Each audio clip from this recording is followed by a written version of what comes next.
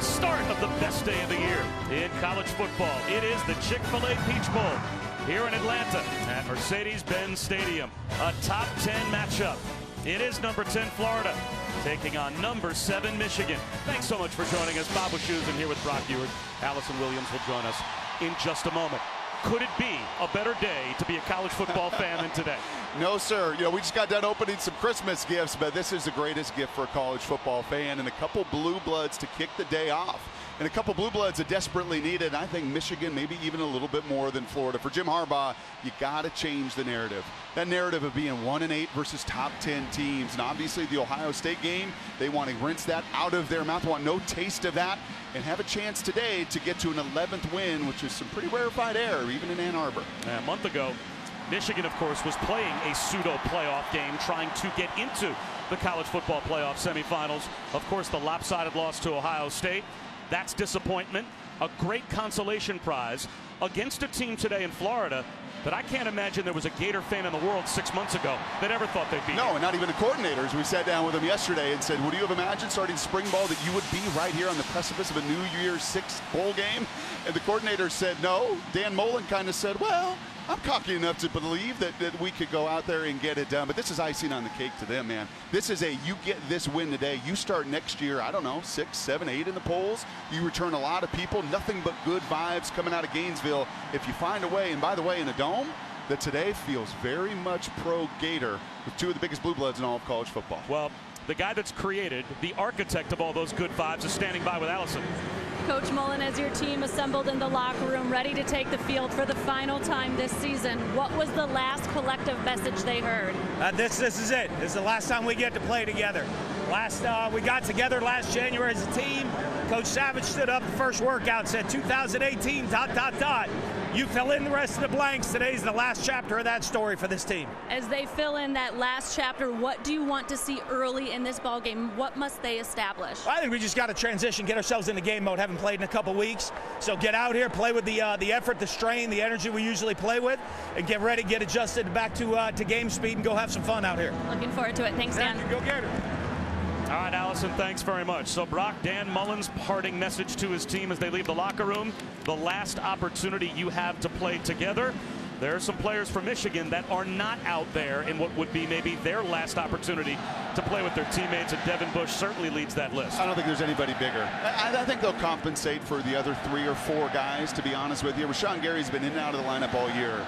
But Devin Bush is their captain. Don Brown told us as much yesterday, a very pointed moment as he stuck his finger in our table in our production meeting in his last conversation with Devin, saying, hey, you're our middle linebacker, man. You are our captain. It's different for you, while still respecting the decision he had to make to protect his own interests. But there's no question Don Brown would love to have the 2-time Big Ten Defensive Player of the Year roaming the middle of the field. He will not today, and in his place will be Josh Rosh. Well, they've got a quarterback that has already announced he is going to come back for his last year of eligibility. Shea Patterson, he has made a tremendous difference to how they are able to operate. Just brings some life. Just brings some energy to an offense that can be conservative. And I expect it to be fairly conservative, especially in early downs today. And that guy, he loves Patrick Mahomes. He plays with his kind of energy and juice. And on the other side, big Felipe Franks, all 6'6", 245 plus pounds of him. I expect to see him active in the run game, and don't be surprised to see his backup too. Florida won the toss. They have deferred, so we have a chance to look early at our Chick-fil-A impact players. Yeah, I think this game's going to be decided like so many of these right at the line of scrimmage. And for Michigan, this is where your beef, and these are where your all-conference players are. Rennie and a first-teamer, Bredesen a second-teamer, Ruiz and Owenu, even those guys were third-team all-conference players. And much like Georgia and Kentucky did, they beat this Gator team by establishing it in the trenches and in the middle more than anywhere else. It is a sellout here in Atlanta. Evan McPherson sends it deep. And Ronnie Bell brings it out. Stays on his feet. Just about broke it. Dragged down at the 33-yard line. So here comes Shea Patterson. And if you're an NFL fan, This is about as complimentary a comparison as you could have. Well, it's who Pep Hamilton, his coordinator, said the two of them watch. You know, they watch a lot of NFL guys get it done in a variety of ways, and that's what Mahomes does. From every arm angle, moving inside and outside the pocket. Patterson loves him. And look at that. Look at the arm angle. Look at the movement. You will see this afternoon. He's thrown to a spot where you don't even see the Wolverine receiver until he's into the end zone. That kind of playmaking and creativity will have to be on display this afternoon.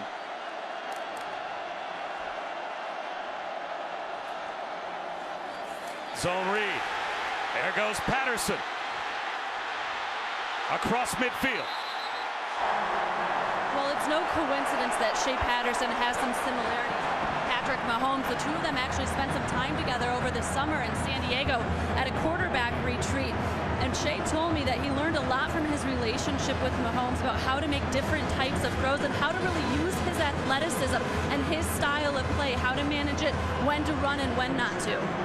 He's fun to watch. His creativity impacts the game in a lot of different ways.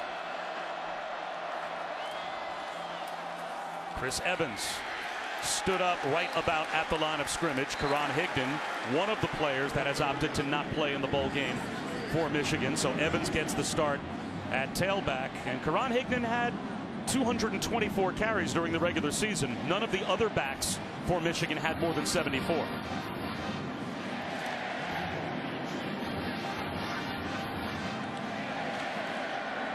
Now it's a former walk-on True Wilson that lines up as the lone setback on 2nd down and 9. Christian Turner, the true freshman, on the jet sweep, gets down the sideline. Did he stay in bounds? The officials say yes. That's a Michigan touchdown.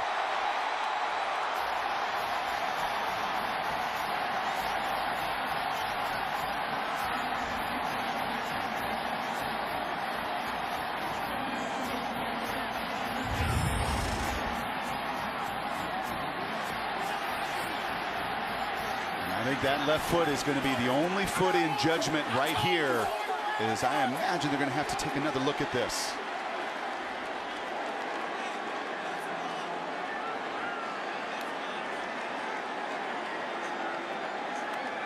Wow. Talk about a tightrope. And certainly seems as if replay is going to want to take a look at least 2, if not 3 of those strides to see if you can say he was out of bounds. Well, Ed Warner told us yesterday, you're going to see an hour opener, and that one looks, I don't see any green in between it. I think that one's pretty definitive to my eye right there, Bob. David Reese was over there just to nudge Turner enough to the sideline. Also, when you step out of bounds, the clock should have stopped. So there might be some bookkeeping to do to make sure they've got the clock right, and it looks like they've got the ball all the way back close to the 38-yard line. After reviewing the play, the runner's left foot was out of bounds at the 38-yard line. Be 3rd down and 1 at the 38-yard line. Please set the game clock to 13:46. 13:46. So it ends up being an 8-yard gain, and it's 3rd down and 1. So take away what would have been the first touchdown of Christian Turner's Michigan career. And now a chance for Florida to get a stop. Yeah, and also a time for your offensive line to impose their will. Ben Mason, this is usually his territory. The fullback, 7 touchdowns rushing. This is also where you make your statement with those big bodies up front. And it is Mason at tailback.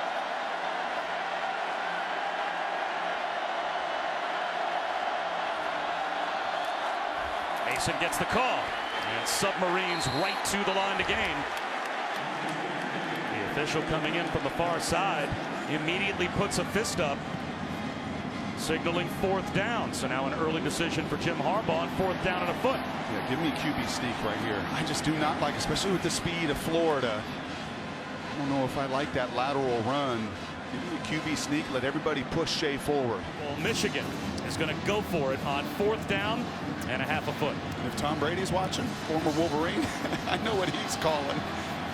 He's the best QB sneaker in the history of football. Chris Evans lines up behind Mason in the eye. And signals from Patterson.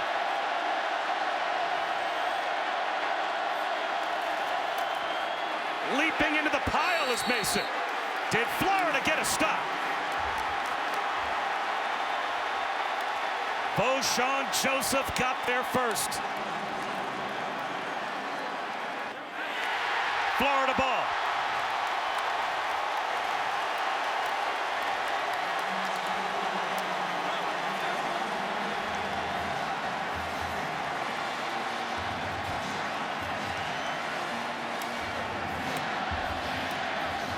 Todd Grantham, D coordinator, loves it. That's why I don't like necessarily anything but a QB sneak right there. There is just too many moving pieces.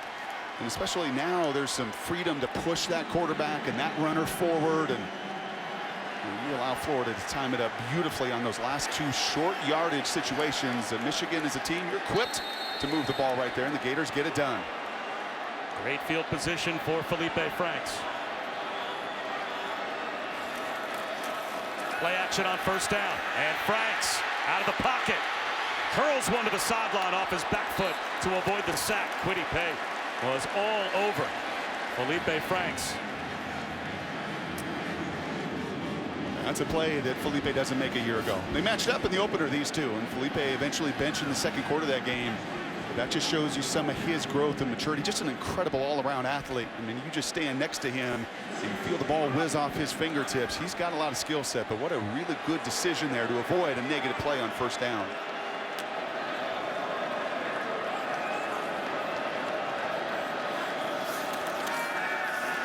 Swing pass on the flat to Piron. It'll be third down. Devin Gill popped him out of bounds just shy of midfield. So third down and 3. Like what Dan Mullen said to Allison earlier, we just got to get in the flow of a game. Just a reminder, I think, to everybody, and for those coaches like Dan that have coached big games, it's going to be the same thing in the Cotton Bowl that follows us. Just trying to get yourself into that game speed and the flow of what it feels like. Third downs like this help set that table.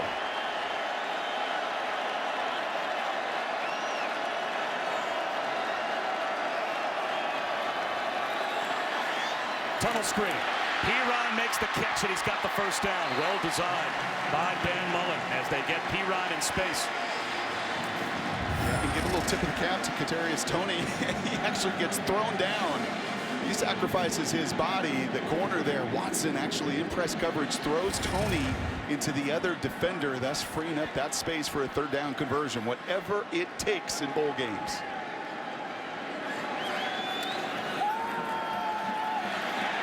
They want the deep ball up the seam, and it's dropped in perfectly to Van Jefferson, short of the pylon.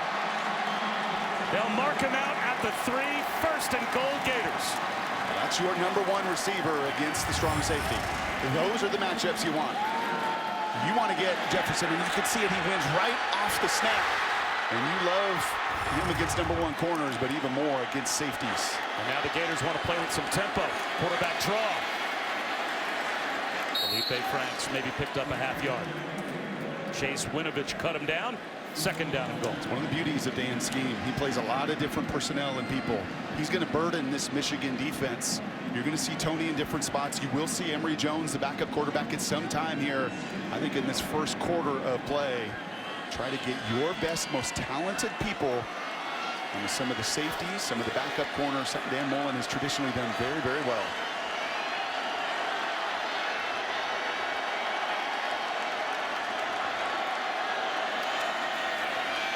Franks extending the play. Wide open in the end zone was Toney, and he didn't see him. Kadarius Toney was wide open, and Felipe Franks just didn't look up. And you're exactly right. You're going to see him break contain right here, okay? And these are the steps he's got to take. Eventually, in time, he's going to find that receiver. Get your eyes up. Right here. You got all of this field to go and find it. Just put that ball in the air, and instead, he's more focused on beating the defender.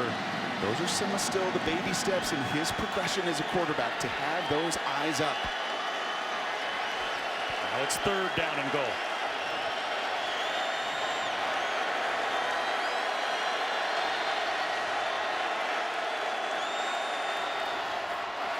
One-on-one in the end zone.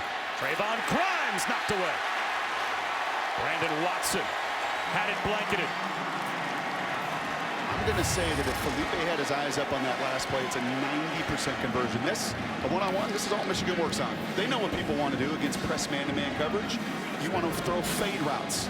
If you got a 6'3" receiver there, that thing has got to be hung high to the back of the end zone, but that second down miss, just not the awareness to have the eyes up in the full field vision as everything's speeding up.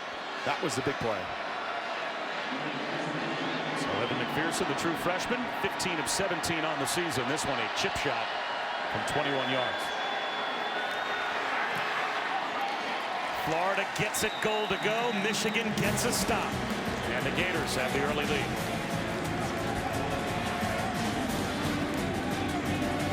The Wolverines get a stop. And Florida has to settle for 3. Bob Wischusen in here with Brock Ewart and Allison Williams in Atlanta. Of course, this just starts the day and starts the New Year's Six, the Goodyear Cotton Bowl Classic. Notre Dame and Clemson at 4 o'clock Eastern will be coming up as soon as we're done.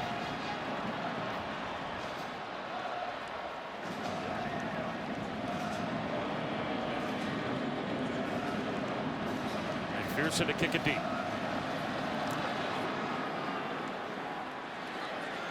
And this will be a touchback. Well, we got a lot that we're going to do on New Year's Day as well. Got 2 yards on first down for Chris Evans. It's amazing how these teams know that injury, and Nick Saban's gone through it before, and that's why they have surgery immediately. I mean, something that was never done even 2-3 years ago, and some of that evolution to make sure you get your best players ready to go.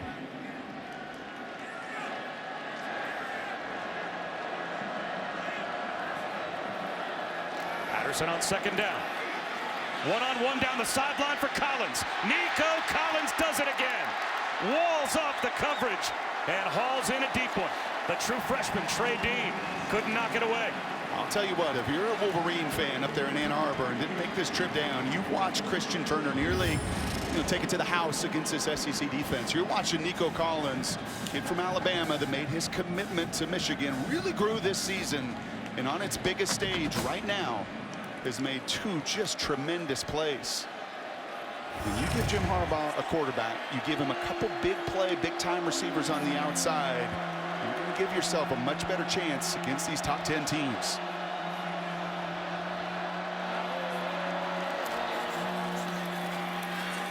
Christian Turner into a pile up at the 18-yard line for 3. And that right there is simply a body blow. As Pep Hamilton said to us yesterday, as many creative ways as we can to get to the body of these Gators. They want to get upfield. They want to show all sorts of different looks. They want to be flying like a blur all over the field. And you got to be committed to take those 3 yards. You have to shorten this game to play to the strengths of your team and also pay dividends late. Pep Hamilton has every bit the NFL background that Jim Harbaugh has, so it is a complicated playbook that Michigan throws at this offense.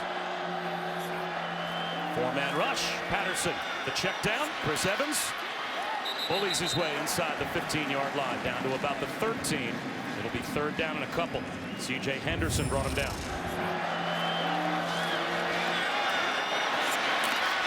Ooh, that's pretty good. That's a nice job of Shea. A little bit of motion right there. Confused Florida. There were a lot of fingers being pointed, a lot of conversation at the snap of that ball. And you give your running back a chance to turn upfield, he can do some damage. Situational football will also play. Like these third downs, a huge role in the outcome today. Third down and a yard and a half.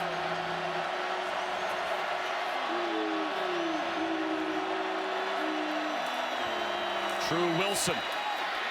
First down. It's goal to go for Michigan. That is just some old school power right there.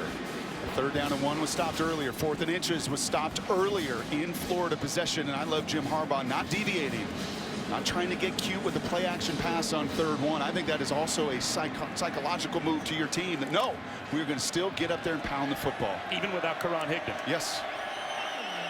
Next man up. And this time it's True Wilson to the right of Patterson in the shotgun.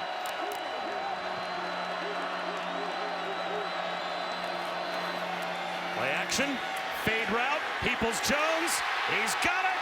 That's a Michigan touchdown.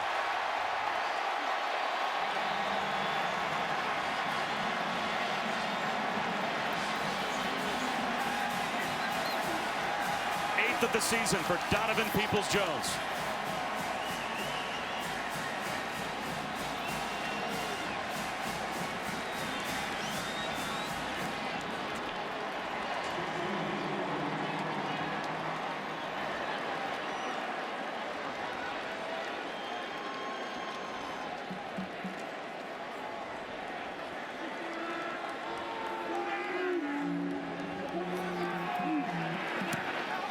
Michigan's got the 7-3 lead. Bob Wischusen, Brock Ewart, and Allison Williams here. Darius Toney watches it sail through the back of the end zone. Now it's Jordan Scarlett taking over at tailback, alternating with Perine.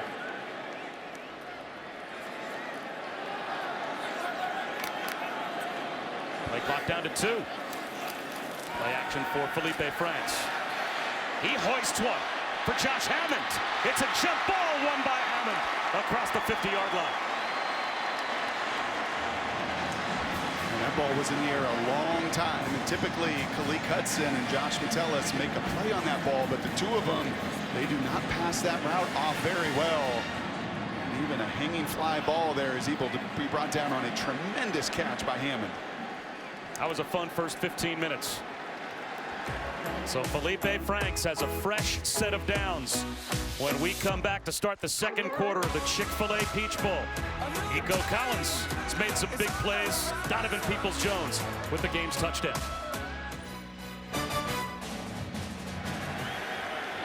Emory Jones lines up at quarterback and runs the quarterback draw to start off the second quarter. We knew we would see the true freshman at some point, part of the script early as far as Dan Mullen was concerned.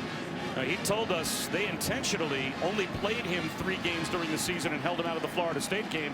They didn't want to, with the new rule, burn his red shirt and at the same time keep him eligible for the Chick-fil-A Peach Bowl. And there is Emory Jones starting off the second quarter at quarterback. And there was a one-on-one that if Khaleke Hudson doesn't make the tackle is a touchdown.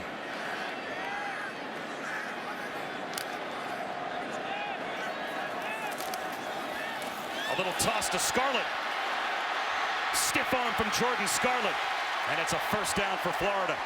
Down at about the 17-yard line. Yeah, I was listening to Tim Tebow yesterday talk about these Gators, and there's some real intrigue when it comes to Emory Jones. Because Dan Mullen likes guys, and Felipe's grown as a runner, but Emory is a really natural, gifted runner, and bringing this element in, he's willing to play both quarterbacks, and it's just going to present more challenges in the run game for Michigan. Quarterback draw again for Emory Jones. Inside the 15 to the 14-yard line, he picks up 3. I mean, you think about the guys that Dan has worked with through the years. Right, most of them, Alex Smith ran it in his own way. Obviously, Tim was a sledgehammer, running between the tackles. Dak Prescott, so adept at that. Dan Mullen's a good one at utilizing all the skill sets of everybody on his roster. And now Felipe Franks back in the game, 2nd and 7 inside the 15.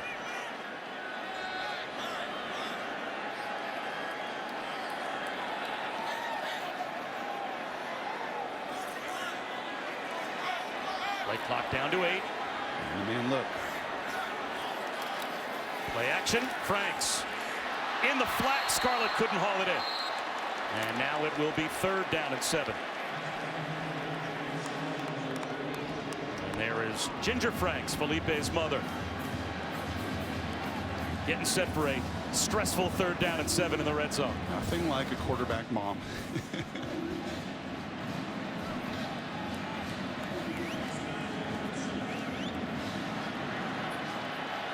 This is a big one here.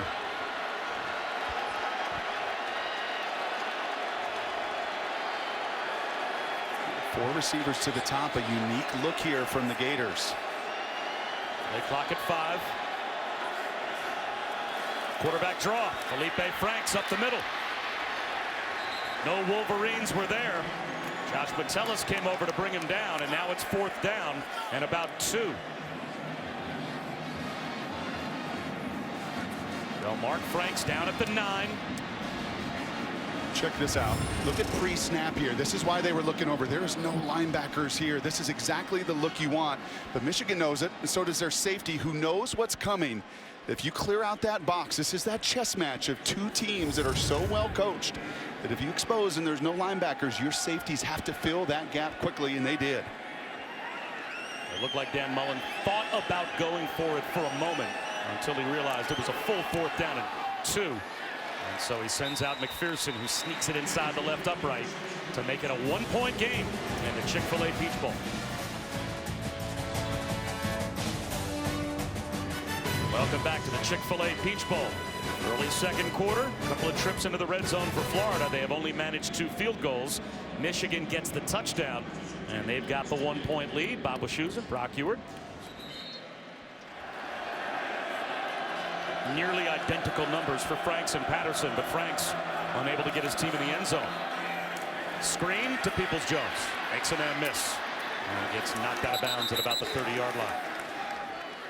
It was Erie before that snap. 20 and 21 plays, exactly 40 rushing yards per side, 1 yard separating them in the passing numbers. I mean, it was through the first 18 minutes of play, almost identical statistically, but situational football in an NFL-esque matchup like this one is today. 3rd downs, red zone, so huge.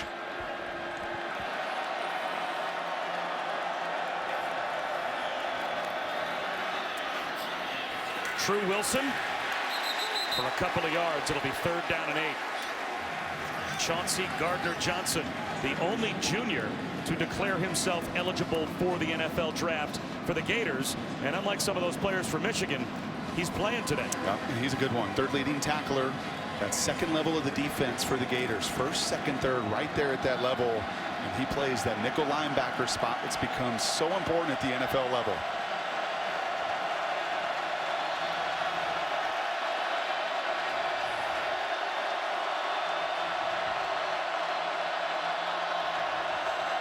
Florida rushes 5. Shea Patterson out of the pocket. He's going to try and run for it. Reaches the ball out short of the line to gain. C.J. Henderson made the stop. It'll be 4th down, and Michigan will have to kick it away. Ooh, that is a good tackle by C.J. We saw him earlier on a 3rd down blitz. A corner blitz right there. That one comes from the field in the one-on-one situation. Many times you'll see a quarterback pump fake like that, and it hesitates, causes just a second of hesitation by that defender, and they cannot make that tackle short of the sticks. Big time from the 2nd team all-conference corner. Freddie Swain is a very good punt return man. You can see averaging over 10 yards per return. Will Hart with a wobbly kick. And it's going to take a sideways hop out of bounds and give Florida pretty good field position. 10:08 to go before halftime here in Atlanta. I think I only saw 4 double-digit point spreads in all of the bowl games, 2 of those in the playoff games. Do you think Notre Dame or Oklahoma has a chance to pull off an upset? Yeah, I think that first one in particular. Michael Piron into the secondary and across midfield. And for the first time, really, those guys up front getting a hat on people, Allison. Florida continuing to try and correct some things on the offensive line, especially up the middle where Michigan slants are getting home. They've got to shore up that A-gap. Coach Mullen telling them they can force them around to loop around the outside. They got to be better up the middle. Well, Piron looking for room in the A-gap and has to dodge tacklers just to pick up a hard-working 2 yards. Khaleke Hudson eventually got him down. Yeah, there's been a little bit of movement here. Don Brown said he may flirt with a little 3-down look. Something he's not done much this year, but he did against the Gators last year. As of now, I've not seen a ton of that. I think actually this may be one of the first series.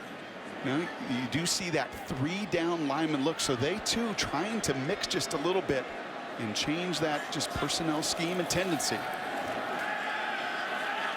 Franks crossing right underneath, and Kadarius Toney is wrapped up and thrown down by Metellus. No gain, got him basically right at the line. So now it's 3rd down and a mile. 3rd and 18 for Florida. And I like Toney. You can see he's frustrated. He rips that mouth guard out of his mouth. He wants just a little bit of space. Now this is going to be a big time player in the years to come. He is Percy Harvin light. He's not quite the 6th gear that Percy had, but he's a playmaker and he wants more room to operate.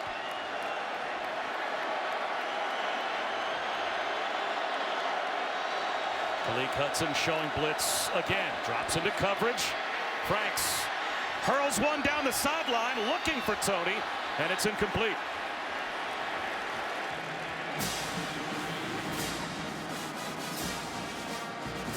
I'll tell you what's interesting here, and again, you're just nitpicking on these movement plays. He decides to throw it to the outside, but if Felipe looks inside here, that is going to be the throw. The opportunity is not to the outside. He puts that ball about the 5-yard line on that hash mark. He's got 6. That will come. Trust me. I've seen massive growth, as has Dan Mullen this year from Felipe. And now just as you're moving, you're getting out of that pocket to find it's easier to grow in full field awareness from the pocket. Moving outside, that's the next step. Michigan blocks the punt. And they'll be set up at the Florida 30-yard line.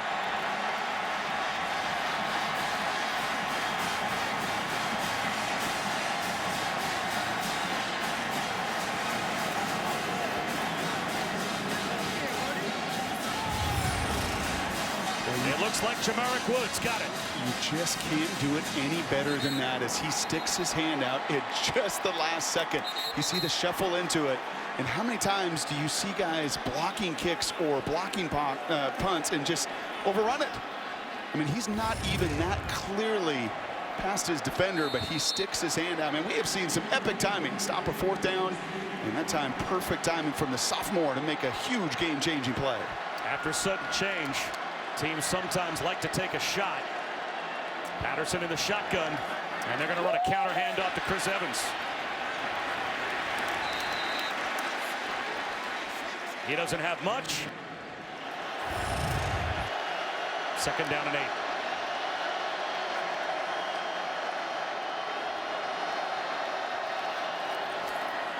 Patterson in trouble, and he goes down. Kyrie Campbell with a bull rush for the sack. There's a nice little line stump between the two of those. Between Zuniga, the defensive end that comes in, and there's some of the growth of Campbell. I'll tell you what, though, Shea is much more athletic than that. That's a play for Shea Patterson that instead of just fleeing the pocket, slides, step up, and find more opportunity. What a big play here. 3rd down and 14 after the block punt. Can the Gators get the stop? They'll rush 4. Patterson in trouble. The ball comes out sideways. The officials have not blown that play dead. They're going to call that a fumble. Christian Turner gets taken down at about the 30-yard line. Some of those Gator players did not react to that ball on the ground like it was a fumble, or they may have been able to recover it.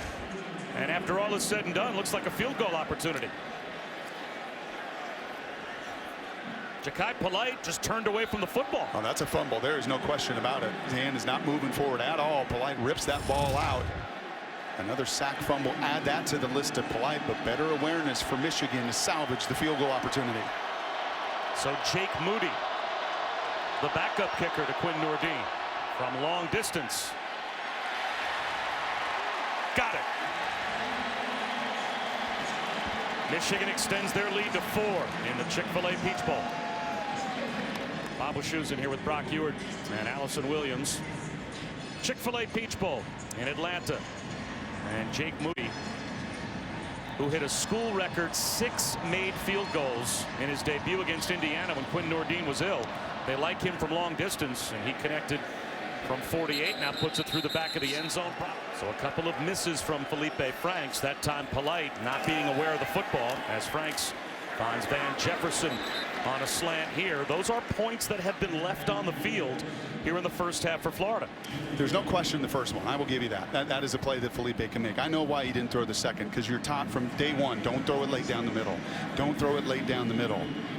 But it is just, again, that overall awareness of everything that's going on the field. Quarterback keeper. Felipe Franks gets a block and gets into the secondary. Inside the Michigan 40 before he's brought down at the Wolverines 38-yard line. That's a 31-yard run for Franks. And he's capable of this. And if I'm Dan Mullen, I can't encourage him anymore. Right, continue to grow and trust yourself, Felipe. That has been the big theme in Gainesville this year. Block out any of that noise and continue to trust the people around you and yourself. And the more you do as a runner, the more this offense will explode. Looks like the clock was stuck. The clock did not start on the previous 2 plays. Please set the game clock to 5:10. 5:10 and wind the clock on my signal. Jim Blackwood is our referee here in the booth. And Jim, they keep the time on the field as well just to make sure they can correct this. The guy that's watching the game clock keeps it subconsciously, and when he sees it doesn't start, then he makes a mental note. He tells him how much time's on the clock. So they take about 45 off the clock, under 5 minutes to go in the half.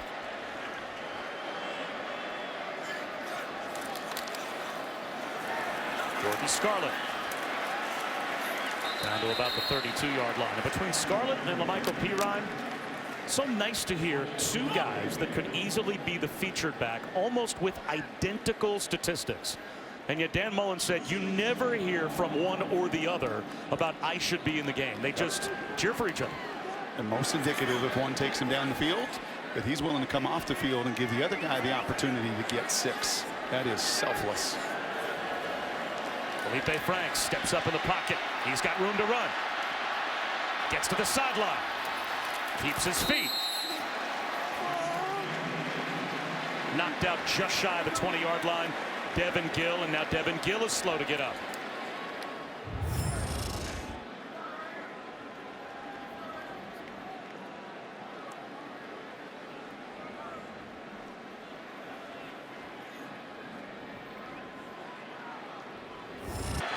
Big play. 3rd down, right on the door of the red zone.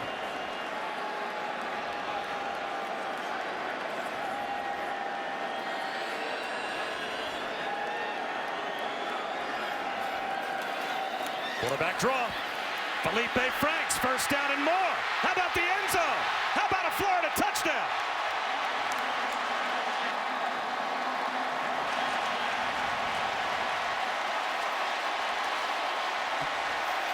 And Mom loving it. And they ran this earlier. There was a check with me situation. I highlighted how the safety came down and made the tackle.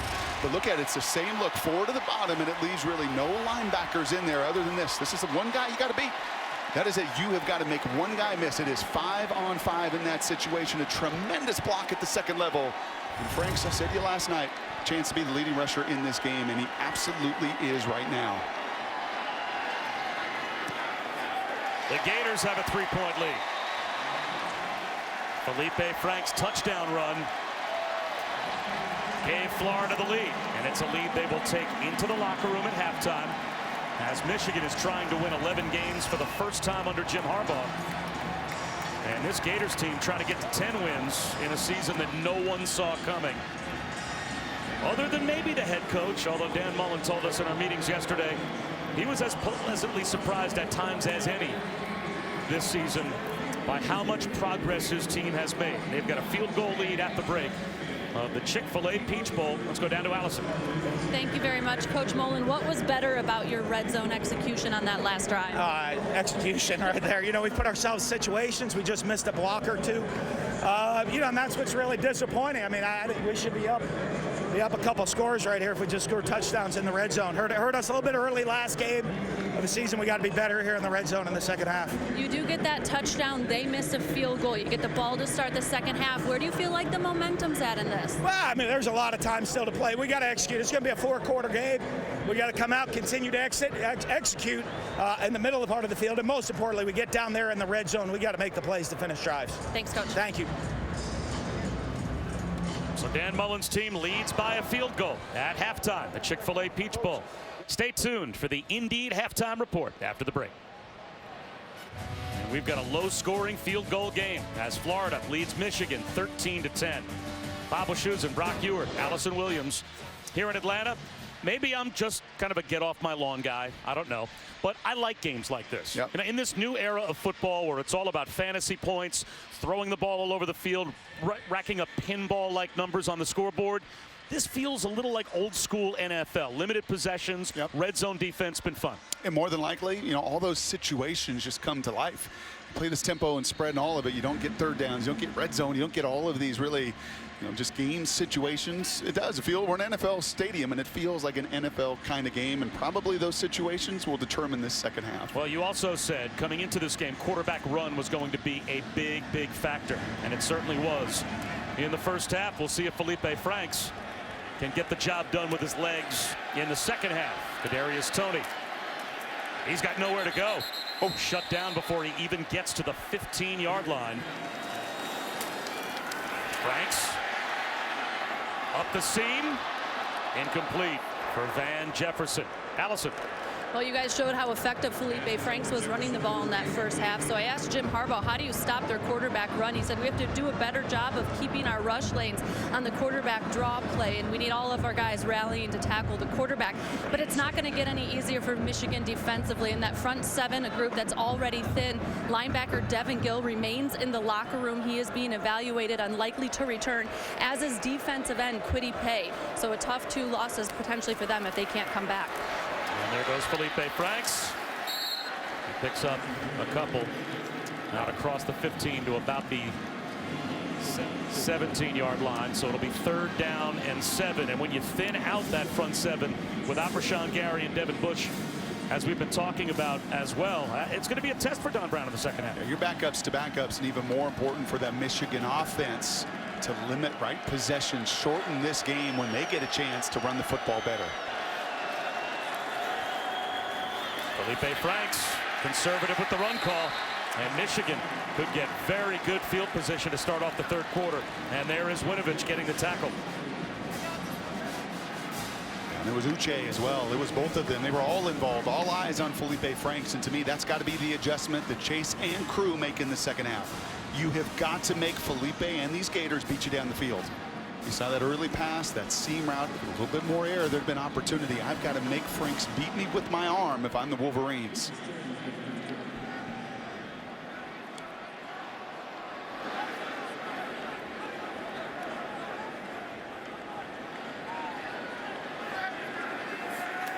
Tommy Townsend with a wobbly kick.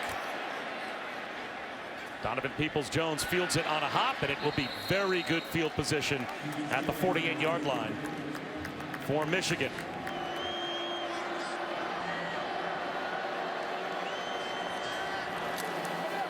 Play action. Patterson looking downfield. He wants the deep one for Collins. Intercepted. Picked off all the way down at about the 5-yard line. Chauncey Gardner-Johnson with a convoy. Let's see where they mark him out.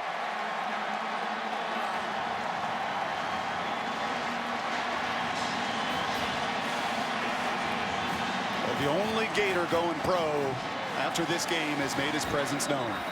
Gardner-Johnson's played a wonderful nickel corner for them. And right here, he totally fools Shea Patterson pre-snap. This looks like it's going to be a single safety look that he's going to get his post route, right? You got this safety to worry about. Well, watch what Chauncey does. Look at where he's at. He's right here, and he spins all the way back around. He totally bluffs Shea Patterson. I can't tell you how good that is. And he knows patience-wise. He doesn't do it right away. He wants to make sure to really set that hook for Shea. Let him think that he's got that post behind him, and he spins around. And wow, you want to talk about awareness, Mr. Wischusen? That's about as good as it gets. Michigan only gave the ball away 10 times this season. Best in the Big Ten, number 6 in America. But that giveaway setting up Felipe Franks in plus territory. And now behind the line, it's Chase Winovich. A tackle for a loss of 3. Boy, just after we said we had not heard much from Winovich in the first half, he's made a couple of big plays here in the 3rd quarter, Allison. Yeah, and while Chase Winovich chose to play in this game while some of his teammates did not, he admitted that that decision hurt him. And while he respects it, it ultimately wasn't the right decision for him. He will require surgery after this season due to injuries. But guys, he said, you'd have to kill me to get me not to play. You love hearing that. 2nd and 13. 5-man rush. Slant. Van Jefferson makes it 3rd and manageable. He's about 5 yards shy of a first down. Sudden change. What are you going to do here defensively? These are these situations too.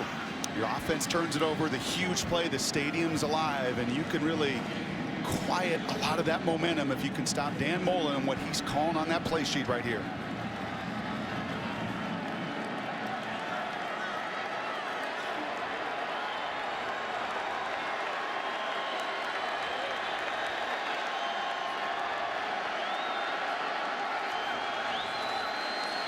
man-to-man. And a blitz. LaMichael Pirine makes the catch, reaches the ball out. He's short. It's 4th down and 1 at the 35-yard line, and it looks like Florida will go for it. That's a really good trade-off. The two DBs there actually don't just stick to their man. They pass that route off, and more importantly, make the tackle to set up this critical 4th and 1.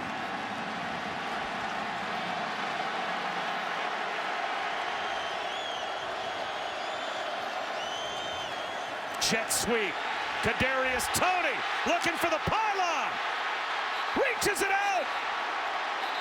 And they'll mark him out of bounds at the 5. He picked up 30. It's 1st and goal, Gators. And that is all time. And we talked about Percy Harvin Light right there. The former quarterback just wants the ball in his hand. He was screaming earlier. He wanted to be in space. That time he runs away from Lavert Hill, clearly out at the 5. What a tremendous call from Dan Mullen. You pack it in tight. The timing of that could not have been better to get Toney on the edge. Explosive play, Gators. What a great timeout it turned out to be for Dan Mullen, as he got a look at Michigan and then got to the perimeter. Finds Pirine for a walk-in touchdown.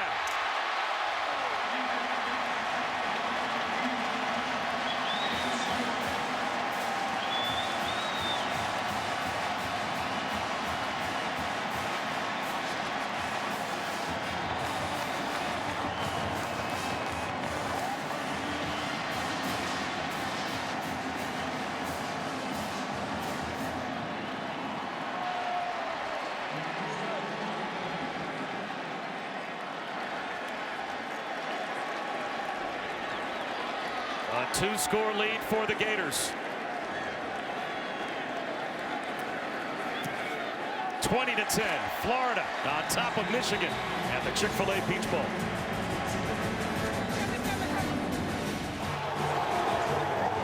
Both teams had some bowl fun this week, visiting the Children's Hospital here in Atlanta. Also, a friendly competition that Michigan was the winner of. They got the championship belt, and it's a touchback for Michigan.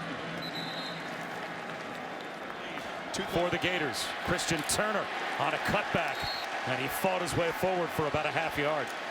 Boy, and there's been very little for these running backs today, and I don't think this is a Karan Higdon is out. Oh my gosh, you're missing all of his explosiveness. This is much more about that Gator crew on early downs, really the penetration and resetting that line of scrimmage. Michigan has run for 160 yards or more 11 games in a row, and they have at least one rushing touchdown in every game this season. They've only rushed for 64 yards so far today. And they stay committed to the run game with a lot of time left on the clock. They go empty here. Patterson dropped. It'll be 3rd down and 10. Well, that is what Florida wants you to do. They want to get a lead, and then they want Polite and crew to tee off on you. Their line games, their blitzes, their disguised coverages that they got Shea on last time. They want to make you, as any great defense does, one-dimensional, and listen to this place erupt on 3rd and extra long.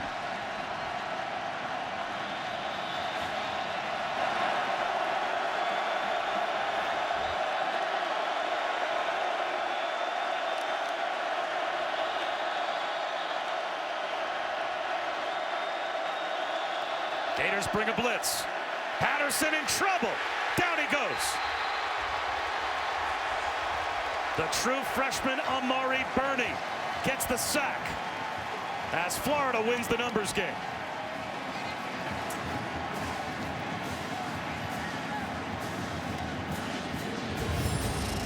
And they cover him up on the back end. I mean, there is nowhere for Shea to go with the football. There are free defenders. This is an NFL lesson today for Shea Patterson of what he's looking at on the other side of the ball with Todd Grantham and crew. Fair catch for Freddie Swain. Good field position for the Gators with a 10-point lead when we come back.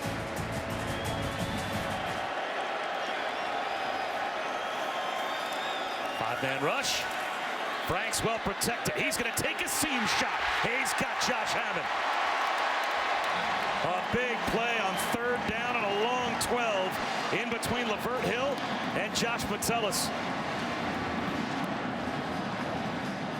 30 30-yard gain. I will tell you what, Bobby, he may have missed a couple throws early in this game, but on a third down, this is as gutsy and as mentally tough a throw as you're going to see. Look at where he throws it. He decides to make this throw right into that double coverage. You know, Dan Mullen talked a lot yesterday about trust. I'm telling you, when he lets that thing go, look at the coverage. You got inside, outside coverage. If you're Don Brown, you got exactly what you want, and you're thinking when he throws it, this may be a takeaway. This may be our chance to get exactly what we need, and instead, Metellus sees that ball whiz right by his ear. That's a big-time throw. Playing QB in Florida may just be one of the toughest places outside of Notre Dame you could play. 3 Heisman Trophy winners all have statues outside their stadium. The expectation level is off the charts. And what Dan wanted from Felipe more than anything was just trust. Trust him, trust the system, and ultimately trust his skill set. And that throw on a critical third down and letting that thing rip, circle that one. That was enormous.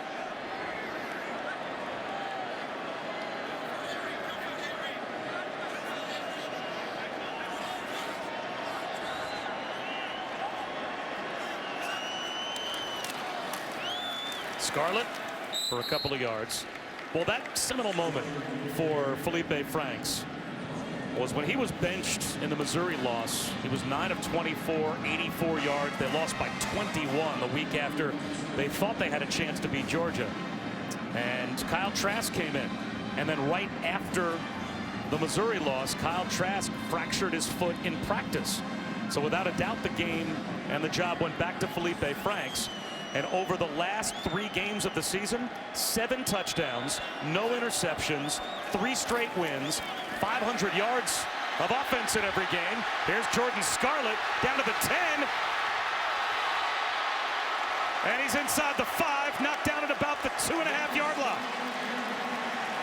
Helps when you have a run game, too. No question. Elevating everybody around you, setting the table and trusting those, trusting the calls, trusting your run game. And when your quarterback gets it going in Dan Mullen's system, you watch everybody else flourish.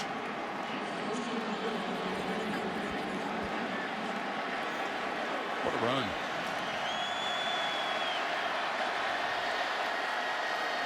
A pitch to Jordan Scarlett and a walk-in touchdown.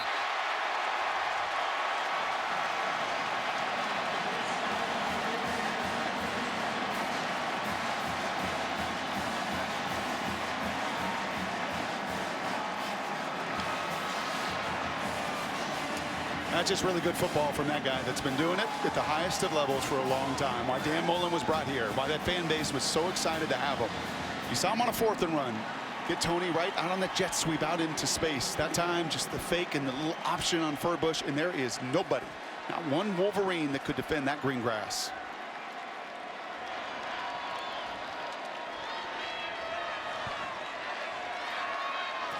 It's a 3-score lead now for Florida over Michigan in the Chick-fil-A Peach Bowl. Bob Wischusen, Brock Ewert, Allison Williams. We are back here at Mercedes-Benz Stadium in Atlanta. The Chick-fil-A Peach Bowl, just the start of the New Year's Six and the start of the best day of the year in college football. The college football playoff semifinals still to come. Florida now with a 17-point lead on Michigan. Well, this may be the possession of the game for Michigan.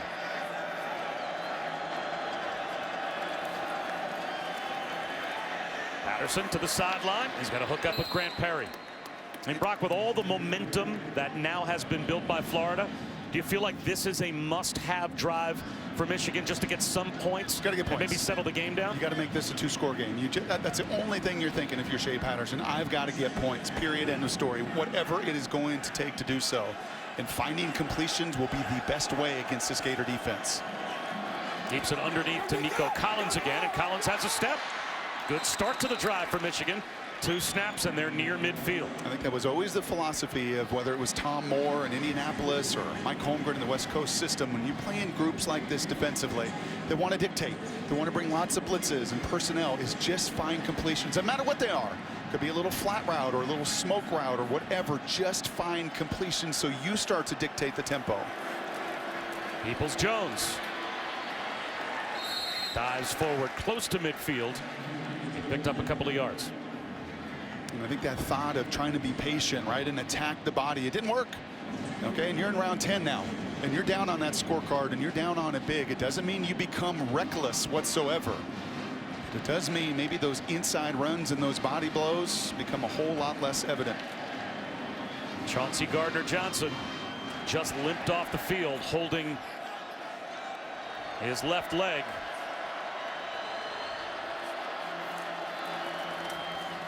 Handoff here to True Wilson.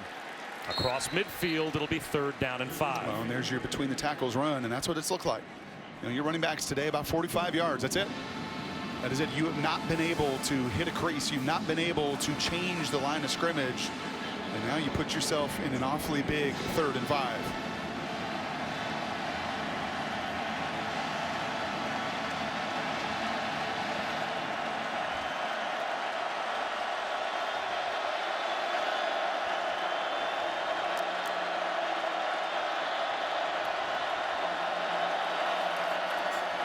Patterson on the slant. Tariq Black, 1st down and more. A big 3rd down conversion for Michigan. Boy, that was sure thrown with some authority, and that was a good little rub route right there. A nice job by Michigan's receivers in that 3-by-1 set. The inside slot receiver does just enough to get in the way of that defender, and there was no hesitancy whatsoever with Shea Patterson. That was the fastball that Harbaugh was looking for.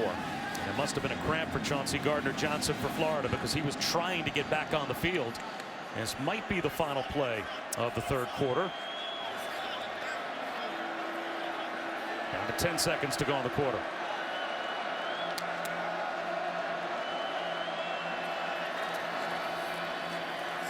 Christian Turner picks up 5 to end the 3rd. Can Michigan mount a 4th quarter comeback? We're going to find out. 3 quarters in the books at the Chick-fil-A Peach Bowl here in Atlanta.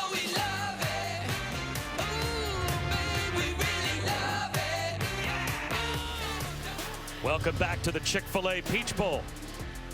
Florida opens up the 4th quarter with a 17-point lead as they are playing for that hardware. Just the start of the New Year's Six. As the college football playoff semifinals, as you just saw, will follow. And can Michigan score points to start off the 4th quarter and get back in the game? Shea Patterson flips one wide open in the flat. Zach Gentry. And the tight end is able to pull his way down to about the 21-yard line. Brad Stewart stood him up. That's a Michigan 1st down. And that is why you are still a little bit committed to that inside run. You've done it a couple times. Right, and you do that to set that kind of play action pass up. And watch the safeties for Florida. They're going to tell you an awful lot here in the final 15 minutes of how they're going to navigate Todd Grantham, the D coordinator, of just how aggressive he is going to be. And Brock, how does this change things now? 1st and goal from the 16. Where is number 4 Collins? Where is number 9 Peoples-Jones? I have got to, in the next 3 plays, find a way to get them the football. Nico Collins at the bottom of your screen. That's Tariq Black at the top of your screen.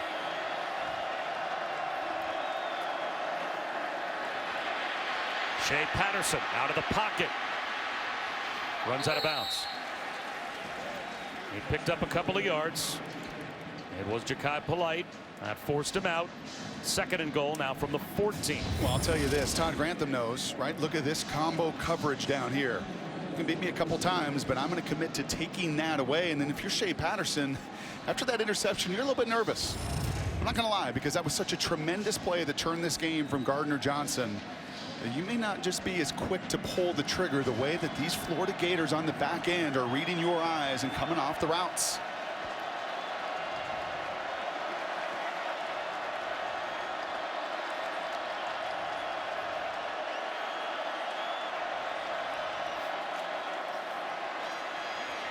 He wants the outside throw to Peoples-Jones, and he's got it.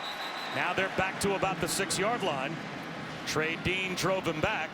It'll be 3rd down and goal. They'll put the ball at the 8. And you know Dan Mullen on the other side against Jim Harbaugh is going to maximize that clock. And this drive taking a fair amount of time. Not surprised to see the blitz and the pressure come down. And just look at the body language difference. Jim Harbaugh is ready to go play. Dan Mullen just loves to watch his team compete.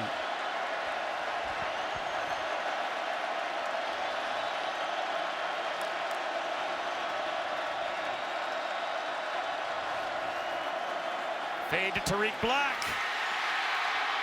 He's got it. That is a Michigan touchdown. Right over the top of C.J. Henderson. Well, Allison reported it. It was Shea down on that sideline. You remind us some of your voices, some of your captains and leaders, and it was Shea. It was in the ear of everybody. And he backed it up. He backed that talk up with some dimes right there. And does he possess the ball? Ooh.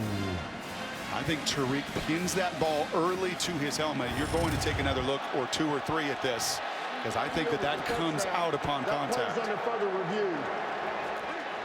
As long as you determine that the receiver has complete control and possession all the way down to the ground, well, that certainly didn't look like he had complete control. After reviewing the play, the receiver went to the ground and did not maintain possession of the ball. It's an incomplete pass. It'll be 4th down and goal at the 8-yard line on the far hash. And here comes the field goal group.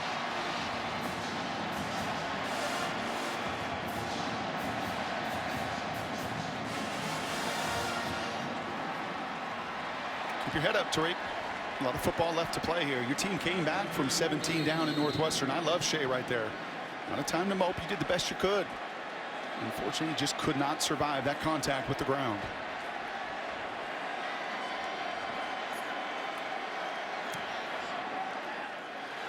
A 26-yard field goal is good for Moody. But that's a tough 3 for Michigan to have to settle for. We do have a 2-score game again. And now Michigan needs their defense to rise up and get a stop and get the ball back to an offense, Brock, that got them into a goal-to-go situation before a crucial holding penalty.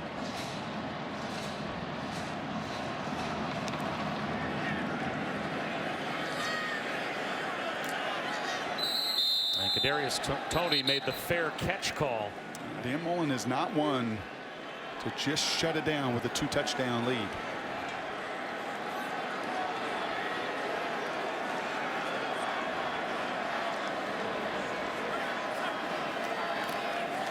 Michael Pirine, close to the 30-yard line, picks up 4 yards on 1st down.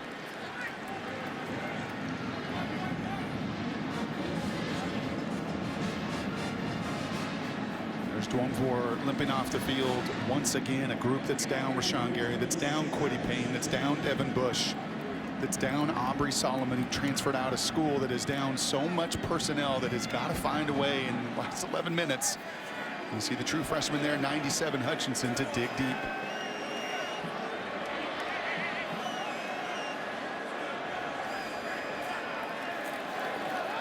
Felipe Franks off play action, throws it away.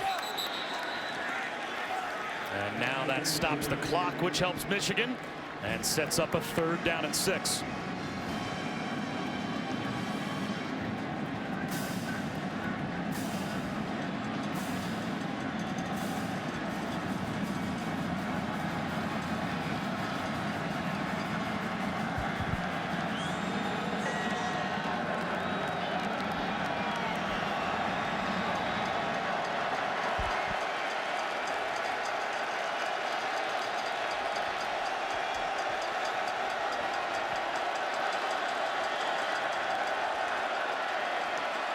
Play clock down to 3. Michigan rushes 5. Wide open down the sideline, making a leaping catch is the tight end Ciante Lewis. That's a Michigan blown coverage at the worst possible time. And what did Dan Mullen say to us yesterday? He's going to stack his receivers. He's going to try to make it hard on these defenders. They love to play man-to-man, and they try to pass this off, and that is a miss. Those two are trying to communicate, and when 2 are on 1, well, that is a simple pitch and catch, and a little bit more of a catch than a better pitch right there, and a tremendous effort.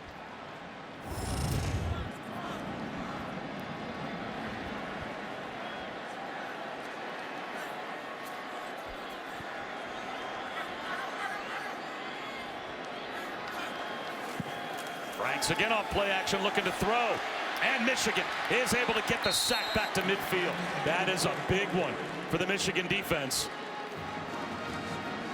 And it looks like that's Chase Winovich at the bottom of the pile that got around the ankles of Franks first. That's exactly who it is. The kid that's going to need surgery following this game. Here's a trick play. Backwards pass. Van Jefferson goes right back across the field to Franks. And Michigan not fooled. So Florida gets a little cute at midfield after the injury timeout. 5 minutes gone by in the fourth. Malik Hudson and Jordan Glasgow stayed home and brought down Franks. Yeah, and this was going to be pretty good if this throw could get there a little bit faster. Look at this wall that is set up, but unfortunately, well, you don't have a quarterback throwing that, and then you've got Malik Hudson that is just playing his tail off. When I asked earlier, who's it going to be? Who is going to step up and rise to the occasion here with some big voids on this defense? And Mr. Winovich and Mr. Hudson are playing as hard as you can play. Down by 2 touchdowns. 9.5 minutes to go. A must stop for the Michigan defense. 3rd down and long. And Pirine gets into the secondary on 3rd and 20 and gets into the end zone.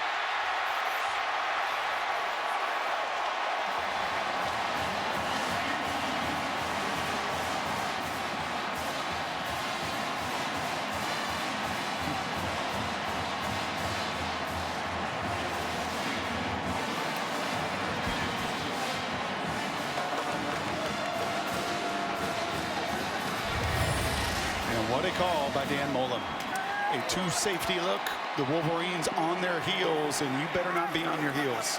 We saw Scarlett earlier with a tremendous run, breaking tackles, and Pirine 100 miles an hour.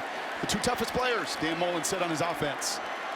May not statistically be enormous, but their 2 opportunities did they ever capitalize.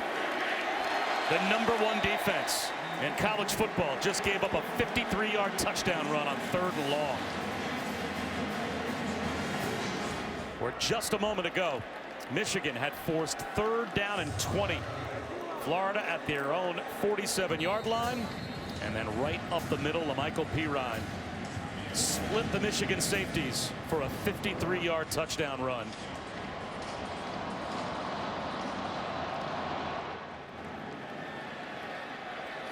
And it'll be a touchback for the Wolverines.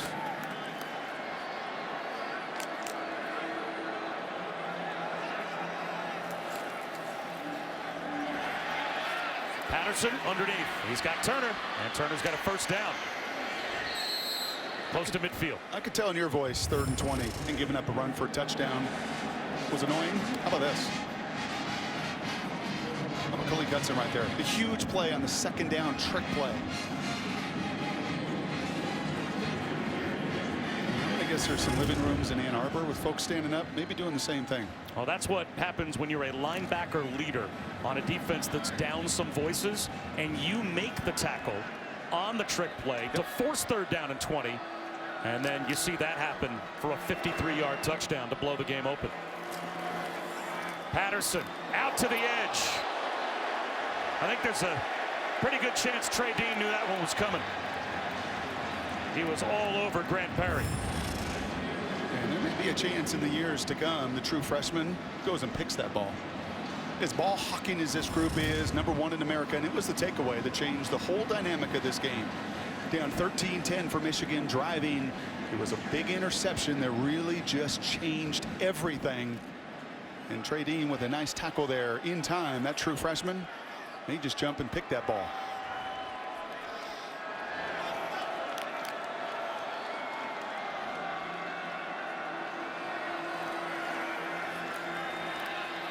Patterson steps up in the pocket and ends up going down. Adam Schuler, his 1st full sack of the season. And there's just nowhere to go. I mean, they are mixing and matching on the back end of this defense, and you can see it in Shea's eyes. He is looking for green grass. He's looking for open defenders, and there is nobody. And you become one-dimensional against the Gators. Why they're 9-3. Your quarterback takes a sack and then huddles up under 8 minutes to go, down by 3 touchdowns. So much time coming off the clock for Michigan. Another blitz on the way. They set up the screen behind it, and it's knocked down. True Wilson was the target. Voshawn Joseph read it, knocked it away. It's 4th down and 14.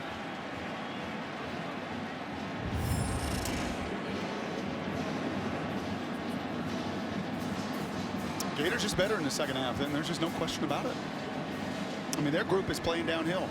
They're the group that had everybody playing. In fact, they're the group that Martez Ivy, the offensive tackle, said, I'm just bummed I don't get to come back for another year in Dan Mullen's program. And they're playing like it in these final 30 minutes. I know 4th and 14 is a very low percentage play, but this kind of feels like surrender from Michigan, punting down 34-13 with 7.5 minutes on the clock.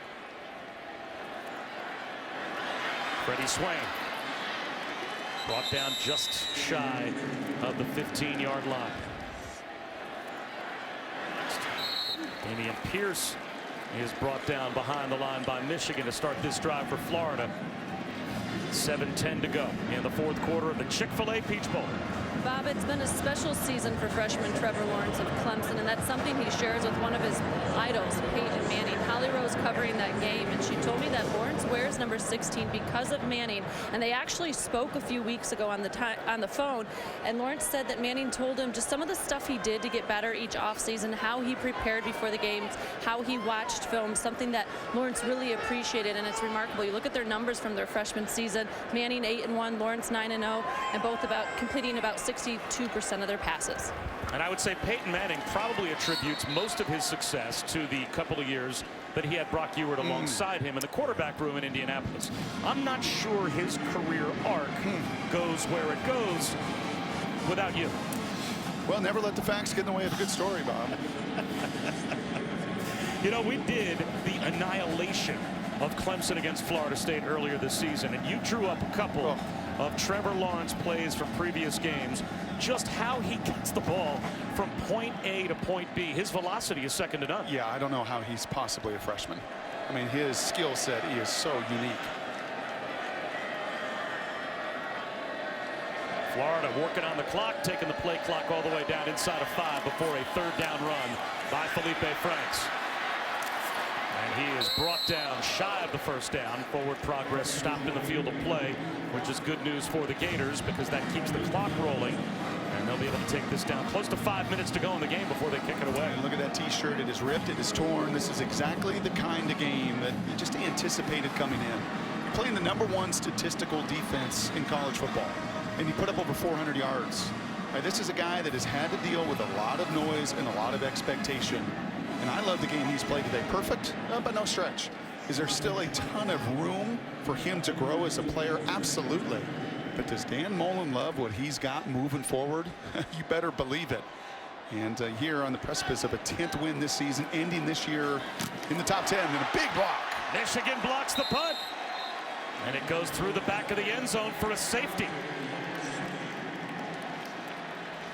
And that's block number 2 for these Wolverines, and guess who? It's the leader, Khalid Hudson, making a play on special teams. The 2nd time they have blocked a kick, so that cuts the lead to 34-15.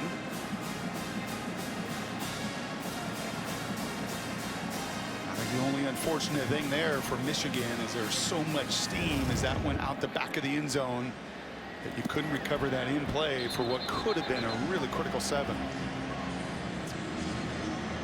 Well over 200 for the Gators, and a Dan Mullen that at the very essence of who he is he wants to run the football, and they've done so today. Ronnie Bell from the 10. Out to the 30-yard line before he's brought down.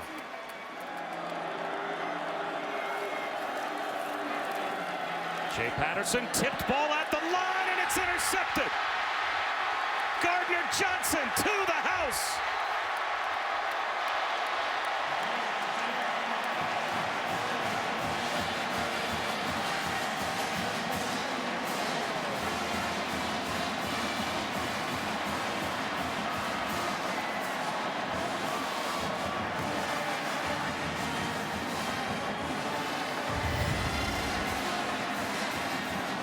Turns out, Bobby, this Gardner Johnson guy is pretty good. Had the play of the game, in my opinion. His interception earlier, 13-10, a 1-score game. And I think he just secured himself with his 2nd, the MVP of this baby. Got some help from Kyrie Campbell, the big 304-pound sophomore nose tackle. Got the right arm up, got the deflection at the line, and set up the Chauncey Gardner Johnson pick 6. 30-yard return. and ultimately do what Gardner Johnson has done, make game-changing, stadium-inducing, this emotional plays, and go out and get it done.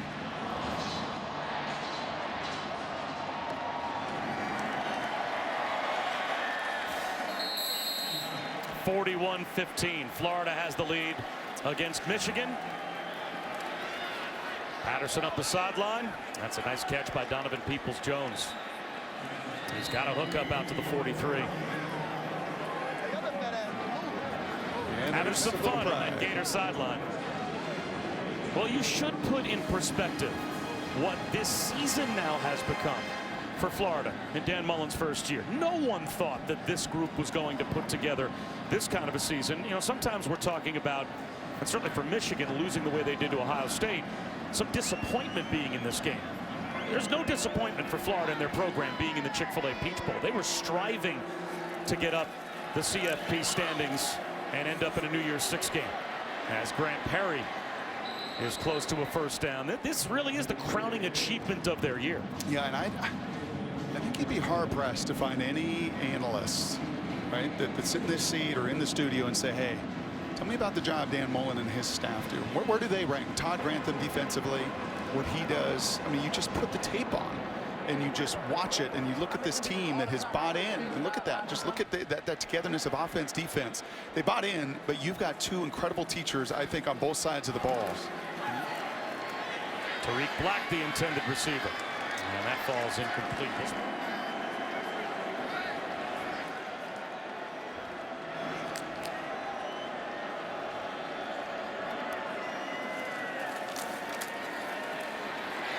Patterson spun down back to the 45-yard line. C.C. Jefferson gets a sack. And that's got to feel good for the senior. Missed the first couple games to begin this season. You know, he was on the sidelines watching that thing, suspended academically for the first two. Watched them lose to Kentucky. Was just so frustrated about that and has really rallied back. And it's just one of these cogs, one of 12 D linemen. Todd Grantham plays that rotates in and out, and once you become one-dimensional, man, you are playing right into a Gator chomp.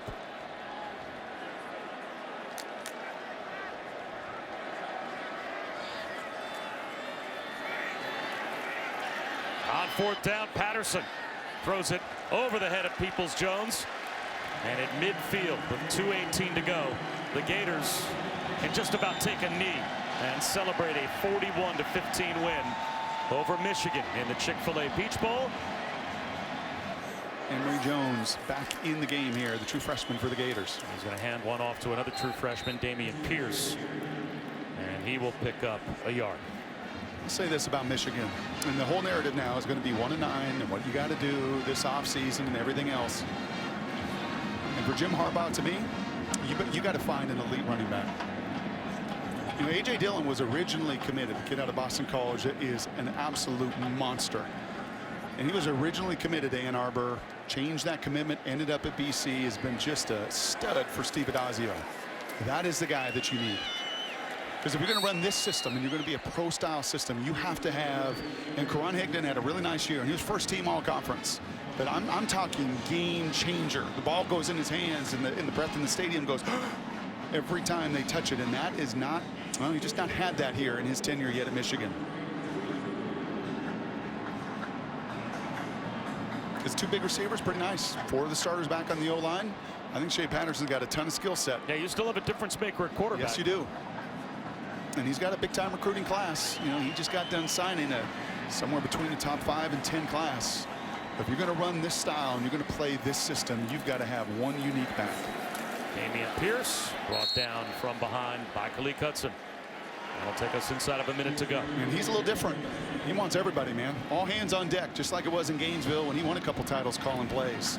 Give me 10 or 15 different pieces to put all over the place. And that's got to feel pretty good, new Jordans and all.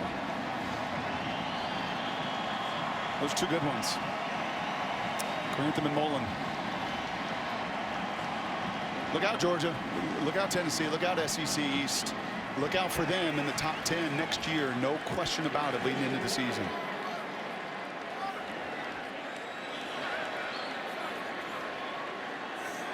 They'll let Emory Jones run it on 4th down. And he's about a yard shy of a first down, so with 13 seconds to go. And partner, it's been a great year for you, for me, for Allison Williams, and the family that has become our crew. As we really can't tell our group how much we appreciate all the work they have done to make us look good this year, because that's no easy task. And Florida, with a dominant performance in the Chick-fil-A Peach Bowl, they win it 41-15.